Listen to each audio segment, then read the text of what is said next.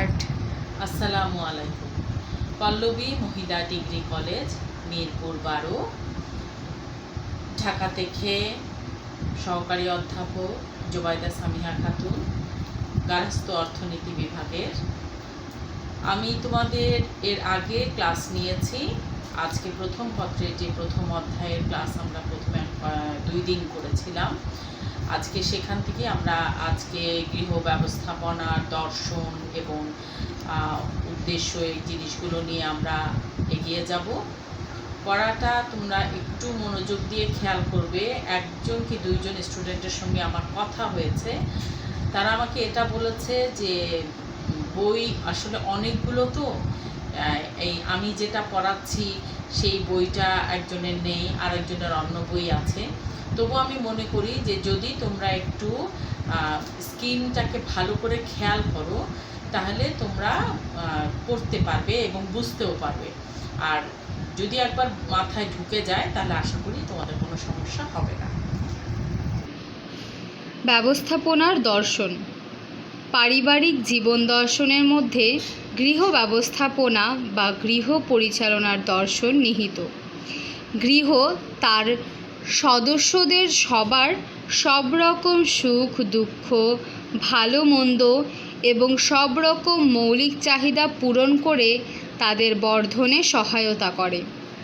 George টেরি 1960 মনে করেন, ব্যবস্থাপনার দর্শন হলো সে সমস্ত জ্ঞান বা বিশ্বাসের সমন্বয় যা ব্যবস্থাপনা বিষয়ক সমস্যাগুলির সমাধানে সাহায্য করে জীবনের উদ্দেশ্যগুলো অর্জনে সহায়তা করে।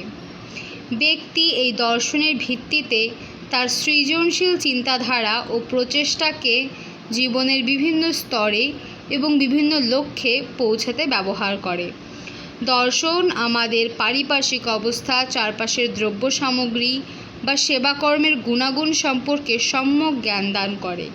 বিখ্যাত দার্শনিক সক্রেটিস অভিমত দেন যে দর্শন শুধু সঠিক উত্তরের সন্ধানই করে না, তা সঠিক প্রশ্নেরও সন্ধান করে। 1970 সালে লরেন্স ও অন্যান্যরা ধারণা দেন যে ব্যবস্থাপনার কোনো সর্বোত্তম পন্থা নেই, এর বৈশিষ্ট্য পরিস্থিতির উপর নির্ভর করে। ব্যবস্থাপনার মৌলিক বিষয়গুলো সব পরিস্থিতিতে প্রতিষেধক হিসেবে কাজ করে। আমি এখন একটা কথা বলবো, সেটা হচ্ছে যে আমাদের জীবনে উত্তর প্রত্যেকটা জিনিস সম্পর্কে জানা খুব দরকার, তবে উত্তর পর্যন্ত পৌঁছাতে দরকার হয় প্রশ্নের। আর দর্শন আমাদের জীবনধারার অনেক দৃষ্টি বদলে দেয়, যার কারণে আমরা প্রশ্ন করতে পারি। তাই প্রশ্ন করা জানলে উত্তর নিশ্চয়ই আমরা পাব। ব্যবস্থাপনার পরিবর্তন। ব্যবস্থাপনার মূল কথা হলো লক্ষ্য বা উদ্দেশ্য নির্ধারণ করা এবং নির্ধারিত লক্ষ্য অর্জনের জন্য কতগুলো ধারাবাহিক কাজ সম্পন্ন করা।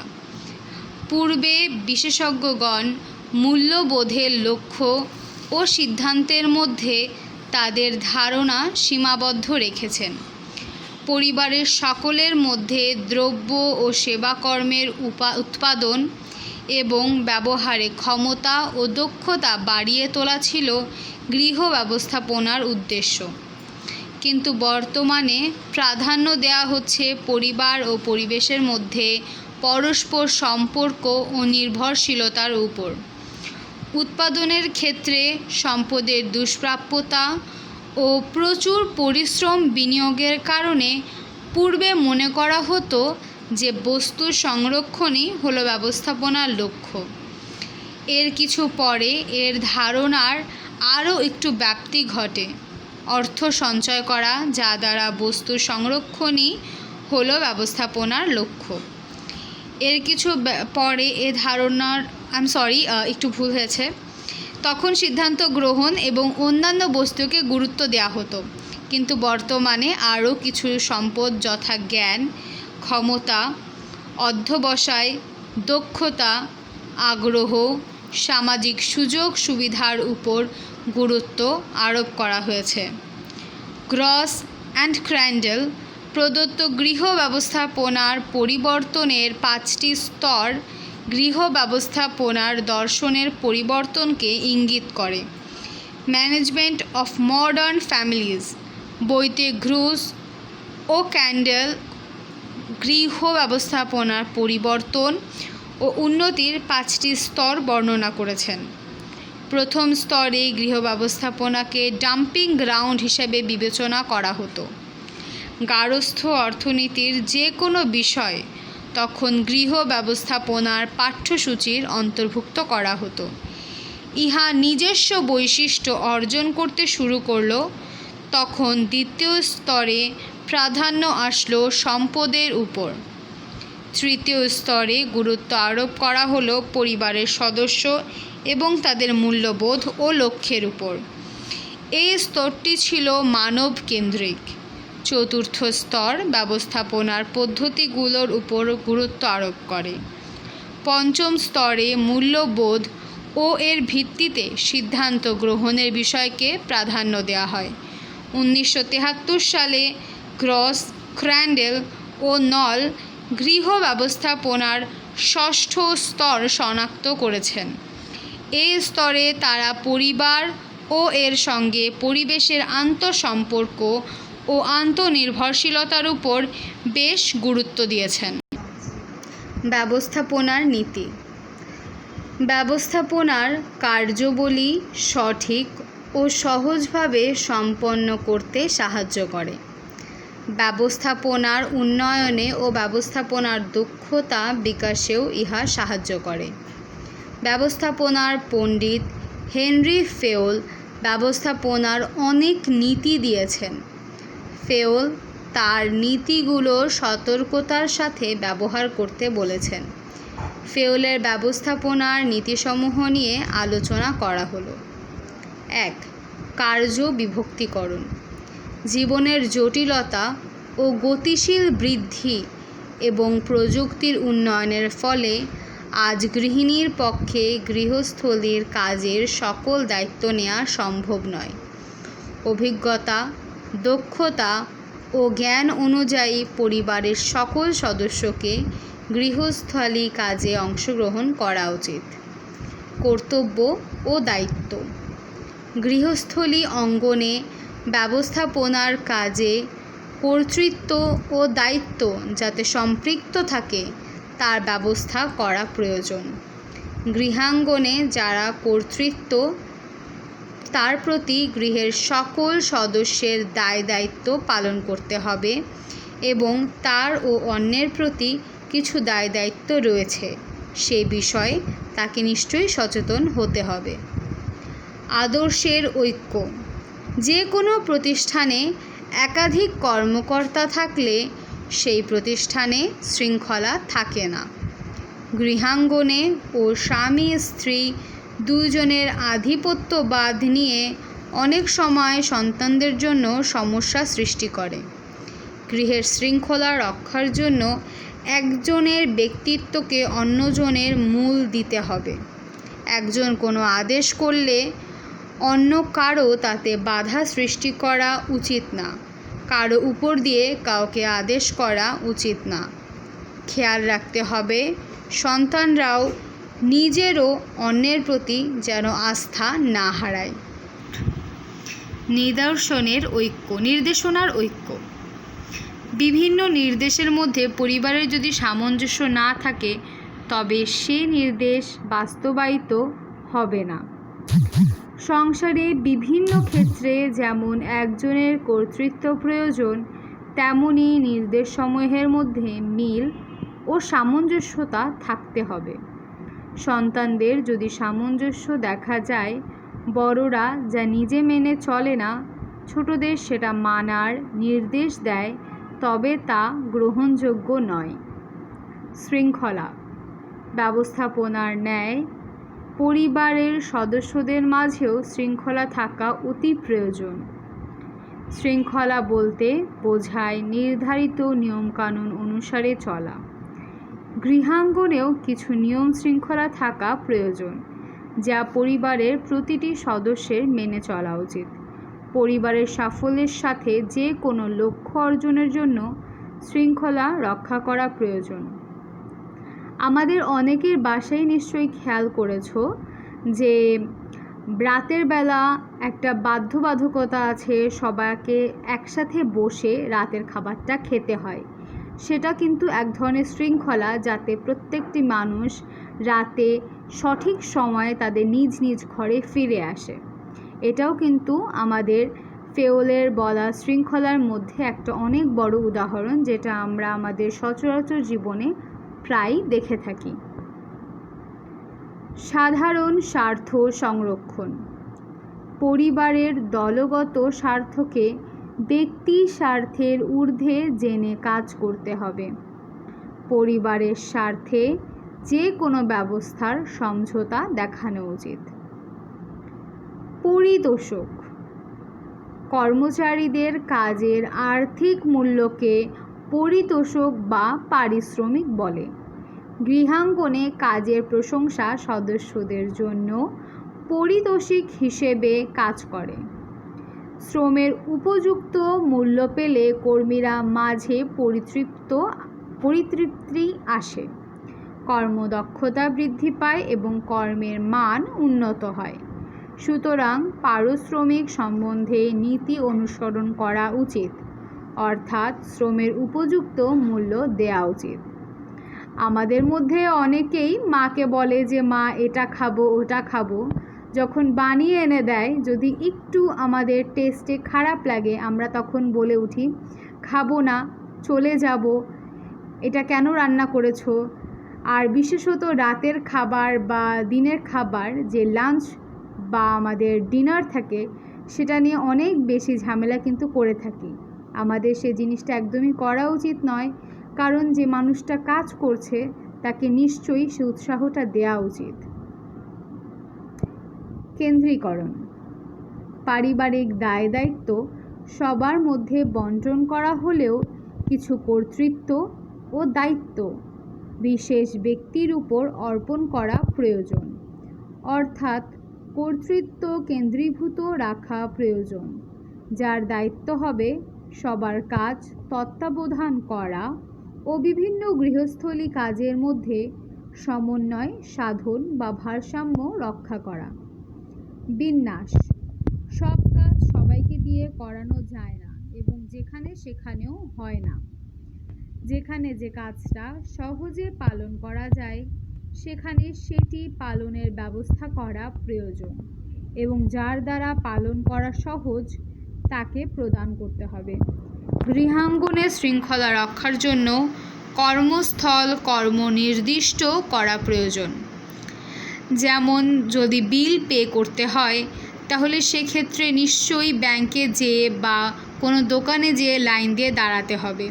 সেক্ষেত্রে ঘরের ভাই বা বড় যে জন থাকে, আপু, তারা আসলে কাজটা করে থাকে, তো সেটাও কিন্তু বিন্যাসের মধ্যে আমরা দেখতে পাই। সাম্যনীতি। পরিবারের সকল সদস্যকে সমান দৃষ্টিতে দেখা উচিত।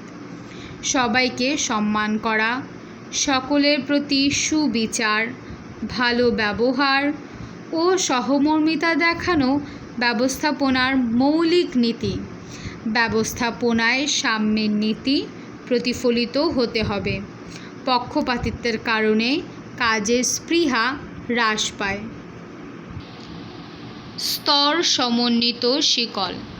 ব্যবস্থাপনার কর্তৃত্ব রেখায় ধাপে ধাপে নিম্ন স্তরে নেমে আসে। দুই পক্ষের যোগাযোগ দ্বারা ইহা ওঠানামা করে। আদান প্রদানের সুবিধার জন্য এই নীতি অনুসরণ করা হয়। চাকরির স্থায়িত্ব। ব্যবস্থাপনা থেকে শুরু করে গৃহাঙ্গনে কর্মীকে চাকরির স্থায়িত্ব দিতে হবে।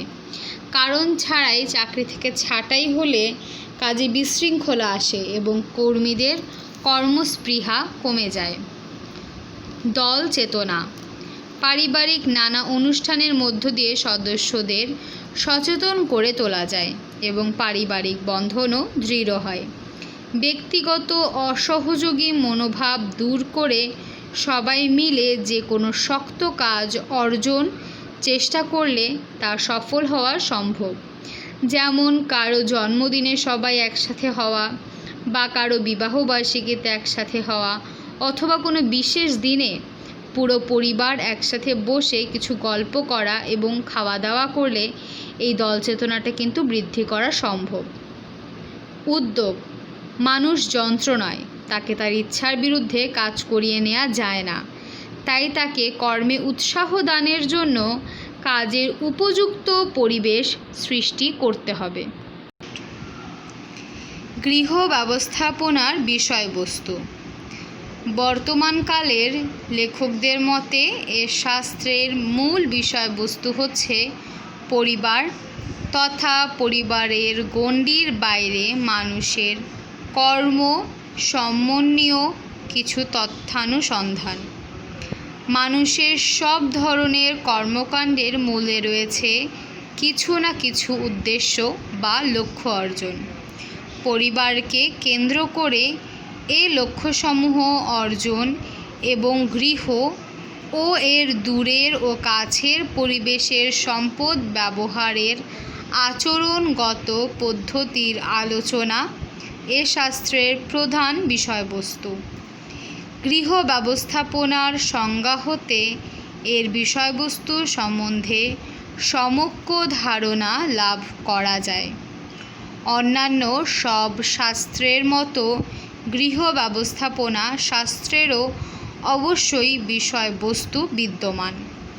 লক্ষ্য বা উদ্দেশ্যমুখী কাজকে সম্পন্ন করতে কতগুলো ব্যবস্থা বা পদ্ধতির আলোচনা গৃহ ব্যবস্থাপনার একটি উল্লেখযোগ্য বিষয়বস্তু।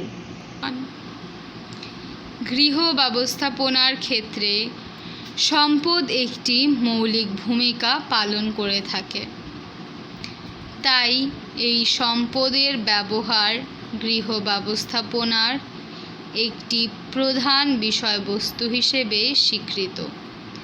গার্হস্থ্য অর্থনীতির দৃষ্টিকোণ থেকে যার বিনিময় মূল্য আছে, যা মানুষের দরিদ্র মোচন করে এবং যা মানুষের মৌলিক চাহিদা পূরণ করে, তাই সম্পদ।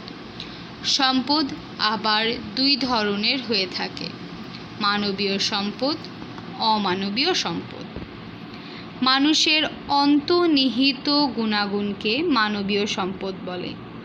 এই সম্পদগুলো হলো মানুষের জ্ঞান, বুদ্ধি, শ্রম, দক্ষতা ইত্যাদি। মানবীয় সম্পদ আবার দুই ভাগে ভাগ করা যায়: এক, ব্যক্তিগত মানবীয় সম্পদ ও দুই, সমষ্টিগত মানবীয় সম্পদ। অর্থ, একটি অমানবীয় সম্পদ এই অর্থ দ্বারা ব্যক্তি বা পরিবার চাহিদা পূরণের জন্য দ্রব্য ও সেবাকর্ম ক্রয় করে থাকে। সামাজিক সুযোগ সুবিধাগুলো অমানবীয় সম্পদের অন্তর্ভুক্ত। সম্পদের পর গৃহ ব্যবস্থাপনার যে বিষয়ের প্রতি লক্ষ্য রাখতে হবে তা হচ্ছে পদ্ধতি। পরিবার তার সৃজনশীল ভাবনা, চিন্তা, জ্ঞান, তথ্য ইত্যাদির সাহায্যে সমাধান করতে গিয়ে সম্পদের ব্যবহার করে থাকে। সম্পদের ব্যবহার সঠিক ও সুষ্ঠুভাবে করতে হলে ব্যবস্থাপনার পদ্ধতি অবলম্বন করতে হবে। মানুষ তো অনেক কাজ করে থাকে, কিন্তু এর সব কাজই ব্যবস্থামূলক বা পদ্ধতিগত নয়। অর্থাৎ ব্যবস্থাপনার অর্থ শুধু কর্ম সম্পাদন বা কাজ করাকে বোঝায় না। তাই গৃহ ব্যবস্থাপনার বিশেষজ্ঞগণ কতগুলো বিশেষ ধরনের কর্মপদ্ধতিকে গৃহ ব্যবস্থাপনার আলোচ্য বিষয় হিসেবে বিবেচনা করেছেন। হেনরি ফেল বলেছেন যে ব্যবস্থাপনা হলো পূর্বাভাস দান করা, পরিকল্পনা প্রণয়ন করা, সংগঠিত করা, সমন্বয় সাধন করা এবং নিয়ন্ত্রণ করা। গ্রস, ক্র্যান্ডেল এবং নল তাদের সংজ্ঞায় আদান প্রদান প্রদান পদ্ধতিতে গৃহ ব্যবস্থাপনার একটি অন্যতম পদ্ধতি হিসেবে বিবেচনা করেছেন। গৃহ ব্যবস্থাপনার বিভিন্ন সংজ্ঞা পর্যালোচনা করলে দেখা যায় যে পরিকল্পনা, সংগঠন, সমন্বয়, নিয়ন্ত্রণ, আদান প্রদান, মূল্যায়ন হচ্ছে গৃহ ব্যবস্থাপনার প্রধান পদ্ধতিগত কার্যাবলী। একটি বাসগৃহের বহিরাঙ্গন ও অভ্যন্তরীণ অঙ্গনকে কীভাবে ব্যবহার করা যায় এবং ইহা পারিবারিক জীবনযাত্রায় কীভাবে প্রভাব বিস্তার করে তা এর শাস্ত্র আলোচনা করে। যেমন বাসগৃহ নির্বাচন, গৃহের পরিকল্পনা, গৃহে আলো এবং বাতাসের ব্যবস্থাপনা ইত্যাদি। একটি বাসগৃহ শুধু আশ্রয়েরই স্থান নয়, এখানে কিভাবে আরাম ও স্বাচ্ছন্দ্য বোধ করা যায় তাও শাস্ত্রের বিষয়বস্তু হিসেবে পরিগণিত হয়েছে। গৃহ ব্যবস্থাপনার মূল বিষয় লক্ষ্য অর্জনের সঙ্গে সম্পর্কযুক্ত অন্যান্য ধারণা যেমন মূল্যবোধ, মান ইত্যাদি দিয়ে গৃহ ব্যবস্থাপনা আলোচনা করে। লক্ষ্য, মূল্যবোধ ও মান এই তিনটি বিষয় পরস্পর ওতপ্রোতভাবে জড়িত। মূল্যবোধ হতে উদ্দেশ্য নির্ধারিত হয়ে এবং উদ্দেশ্য পরিবারের সম্পদ ব্যবহারের মাধ্যমে জীবনযাপনের মান প্রতিষ্ঠিত করে। এছাড়া গৃহ ব্যবস্থাপনার অন্যান্য বিষয়বস্তুর মধ্যে রয়েছে বাসগৃহের তত্ত্বাবধান, গৃহস্থালির সরঞ্জামের ব্যবহার, যত্ন আদি ইত্যাদি। পরিবারের আর্থিক নিরাপত্তা দান করা, টাকা পয়সার সদ্ব্যবহার করা, বাজেট তৈরি করা, খরচের হিসাব রাখা ইত্যাদি ব্যাপারে সদস্যদের দক্ষতা বৃদ্ধি করা সবই গৃহ ব্যবস্থাপনার বিষয়বস্তুর অন্তর্ভুক্ত। এতক্ষণ আমরা কিন্তু যেগুলো পড়লাম তার মধ্যে কি পড়েছি? আমরা গৃহ ব্যবস্থাপনার দর্শন, ব্যবস্থাপনার পরিবর্তন এবং সেই সাথে গৃহ ব্যবস্থাপনার নীতিগুলো আমরা পড়লাম এবং এই জিনিসগুলো যে আমরা গুরুত্বটা পড়েছি, তোমরা খেয়াল করো এখানে যে কথাগুলো বলা হয়েছে প্রত্যেকটি কথাই কিন্তু আমরা ইতিপূর্বে যে চার্টগুলো দেখেছিলাম সেই চার্টগুলোর সঙ্গে এই প্রতিটি কথাই কিন্তু মিলে যাবে। আমরা যখন এর আগে গৃহ ব্যবস্থাপনা কাকে বলে বলতে যে বিভিন্ন চার্টগুলো দিয়েছিলাম, একটু তোমরা মিলিয়ে নিতে পারো। মিলিয়ে নিলে দেখবে যে যা এখানে বলা হলো তার সেম জিনিস আমরা ওখানে পেয়ে যাচ্ছি। দেখো, গৃহ ব্যবস্থাপনার নীতির মধ্যে যে জিনিসগুলো দেয়া হয়েছে যে আমাদের কেন্দ্রীয়করণ থাকতে হবে, সাম্য নীতি থাকতে হবে বা নির্দেশনার ঐক্য থাকতে হবে, শৃঙ্খলা থাকতে হবে, যেই জিনিসগুলো আমরা বললাম, এই যে বিভিন্ন নীতিগুলো, এই নীতিগুলো কিন্তু আসলে প্রকৃতিগতভাবেই আমরা মেনে চলি। যে সমস্ত পরিবারে এই নীতিগুলো মেনে চলা হয় সেই পরিবারগুলোর ব্যবস্থাপনা কিন্তু খুবই সুন্দর থাকে। কোনো একটা পরিবারের একজন মুখ্য ব্যক্তি থাকেন। সাধারণত দেখা যায় যে আয় যিনি করেন তিনি বাড়ির কর্তা, কিন্তু যিনি নাকি বাড়িতে থাকেন তিনি হচ্ছেন মা, বা আমরা যদি কোনো মুরব্বি থাকেন, দাদি থাকতে পারেন, এরকম যদি কেউ থেকে যান যিনি সংসারটা পরিচালনা করেন, তিনি কিন্তু তখন সংসারের যাবতীয় জিনিসগুলো দেখাশোনা করেন। তবে কিছু কিছু এলাকা ভিত্তিক কিছু পার্থক্য দেখা যায়। তার মধ্যে আমি দেখেছি এই এলাকার কিছু পরিবারে বাবাই আয় করেন, বাবাই পুরো পরিবারটাকে পরিচালিত করেন এবং বাবার কথাতেই পরিবারের সব জিনিস হয়ে থাকে। সেই ক্ষেত্রে একজন বাবা ঘর এবং বাইরে বাহির এই দুটো জিনিসকে অ্যাডজাস্ট করে চলতে অনেক সমস্যা হয়। কিন্তু যদি পরিবারটা আসলে মূলত একটা শিক্ষিত মা যদি হাতে নেন, তিনি কিন্তু তার পরিবারের প্রত্যেকটা সদস্যের চাহিদা, তার লক্ষ্য, তার জীবনযাত্রার মান সব কিছু কিন্তু তিনি একত্রে নিজেদের মধ্যে সমন্বয় সাধন করে কাজগুলো উঠাতে পারেন। প্রতিটা পরিবারে শৃঙ্খলা রক্ষার জন্য কিন্তু উচিত একটা বেলা বা একটা সময় নির্ধারণ করা, যেখানে পরিবারের সকল সদস্য উপস্থিত থাকবে। সেখানে ছোট বড় বলে কোনো কথা নেই, সবারই নিজস্ব মতামত দেওয়ার সুযোগ থাকতে হবে। আমরা অনেক সময় শুনি বড়রা বলছে ছোটরা কথা বলবে না। হ্যাঁ, ছোটরা কথা বলবে না, কিন্তু তারও একটা নিজস্ব মতামত আছে। আবার আমরা কোনো জায়গায় দেখি যে মা হয়তো তেমন শিক্ষিত নন, বাবা হয়তো একটা পর্যায় পর্যন্ত আছেন, কিন্তু সন্তান তার থেকে একটু পড়ালেখায় এগিয়ে আছে। তখন সেই সন্তান তার বাবা মাকে প্রভাবিত করার চেষ্টা করে। অতএব আমি বলবো যে তোমরা যারা আছো, ডিগ্রিতে পড়ছো, তোমরা অনুগ্রহ করে তোমাদের ডিগ্রি পড়াটা কমপ্লিট করবে। এটা কমপ্লিট হলে তোমরা একটা স্থানে চলে যাবে। আমরা জানি, আমরা স্বাভাবিকভাবে 3টা শ্রেণীর মানুষকে ধরি, প্রথম শ্রেণী, দ্বিতীয় শ্রেণী এবং তৃতীয় শ্রেণী। যারা আমরা এসএসসি পাস করেছি তাদেরকে আমরা বলি তৃতীয় শ্রেণীর নাগরিক। যাদেরকে আমরা ধরে নিই তাদের শিক্ষার মানটা তৃতীয় শ্রেণীর পর্যায়ে আছে। যখন ইন্টারমিডিয়েট বা এইচএসসি পাস করা হয় তখন বলা হয় তাদেরকে দ্বিতীয় শ্রেণীর এডুকেশন সাইটটা পার করেছে।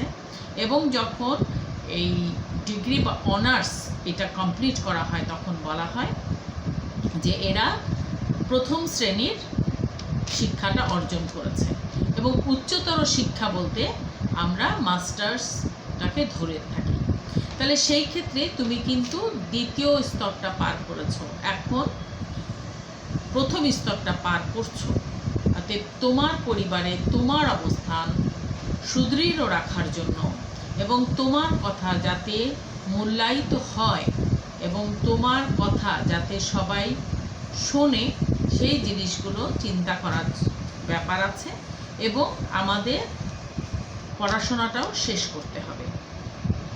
যখন তুমি তোমার পড়াশোনাটা শেষ করবে তখন তুমি তোমার পরিবারের যে শৃঙ্খলা আছে সেখানেও কিন্তু তুমি তোমার শৃঙ্খলাটার জায়গায় নিজেকে স্থান করে নিতে পারবে। সবশেষে বলবো যে আমরা এখনো মেয়েরা পড়াশোনায় পিছিয়ে আছি। বলতে পারো যে না, সবাই তো মাস্টার ডিগ্রি পাস করছে, সবাই তো ডিগ্রি পাস করছে, কেউ কি আর না পড়ে আছে? পুঁথিগত বিদ্যা না, আমি আমার ক্লাসে, তোমরা একটু বড়, তোমাদেরকে বলি পুঁথিগত বিদ্যা না, সামাজিক শিক্ষাটাও খুব বেশি দরকার। ধর্মীয় শিক্ষা, তোমার নিজ নিজ ধর্মের যে শিক্ষাটা সেটা তুমি ছোটোবেলা থেকেই তোমার করে ফেলা উচিত। তোমার যে ছোট ভাই বোন তাদের ব্যাপারেও তোমরা এটা করতে পারো। সর্বোপরি হচ্ছে যে প্রকৃত শিক্ষা, সেই জিনিসটার জন্য তোমাকে সামাজিক শিক্ষাটা গ্রহণ করতে হবে। এই সামাজিক শিক্ষা যখন তোমার পুঁথিগত শিক্ষার সঙ্গে যোগ হবে তখন তুমি আসলে একজন প্রকৃত মানুষ হতে পারবে। আর তোমাদের কাছে আমার অনুরোধ, আমি সব সময় ডিগ্রি মেয়েদেরকে বলি যে তোমরা নিজেদেরকে সৎ একজন ভালো মানুষ হও। তুমি যত বড়ই উচ্চশিক্ষিত হও না কেন, তুমি যদি তোমার বড়দেরকে শ্রদ্ধা না করতে পারো, ছোটদেরকে স্নেহ করতে না পারো, আর তোমার পড়াশোনার অহংবোধ যদি তোমার ভেতরে চলে আসে, তাহলে তুমি কখনোই প্রকৃত মানুষ হতে পারবে না। শিক্ষা মানুষের ভেতরে যে পশু আছে সেই পশুটাকে কন্ট্রোল করতে শেখায়, রাগটাকে কন্ট্রোল করতে শেখায়। আমি আশা করব আমার ছাত্রীরা তোমরা অবশ্যই নিজেরা নিজেদেরকে প্রকৃত মানুষ করার চেষ্টা করবে এবং একদিন না একদিন তোমরা মনে করবে হ্যাঁ, ক্লাসে কোনো এক ম্যাডাম বলেছিলেন নিজেকে মানুষ করতে, আজ করতে পেরেছি, তাই সবার কাছে আমার গ্রহণযোগ্যতাও আছে। তোমরা সবাই ভালো থেকো, আবার নেক্সট ক্লাসে তোমাদের সঙ্গে দেখা হবে। আল্লাহ হাফেজ।